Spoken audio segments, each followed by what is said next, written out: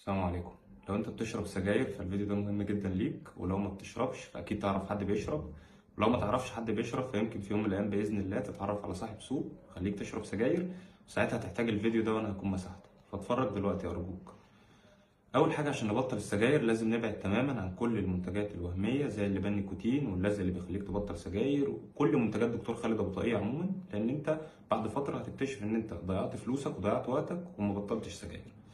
انا باذن الله معايا 3 طرق ممكن نبطل بيهم سجاير. اول طريقه هي التبطيل بالتدريج، يعني انت لو بتشرب علبه سجاير في اليوم بتخليهم 15 سيجاره، وال15 بيبقوا 10 وال10 بيبقوا 5، لحد ما مديرك في الشغل بيعمل لك مشكله كبيره او خطيبتك بتنكد عليك او حسين الشحات بيبدا اساسي فبترجع تحرق علبه ونص علبتين كانك ما عملتش اي حاجه. اذا مفيش حاجه اسمها التبطيل بالتدريج. طيب ده معناه ان انا اجيبها مره واحده؟ مفيش حاجه بتيجي قفش. الحل ايه؟ الطريقه دي مش نافعه، محدش يجربها. طيب تاني طريقه هي التبطيل بالاكراه، ان انت بتنزل تشتري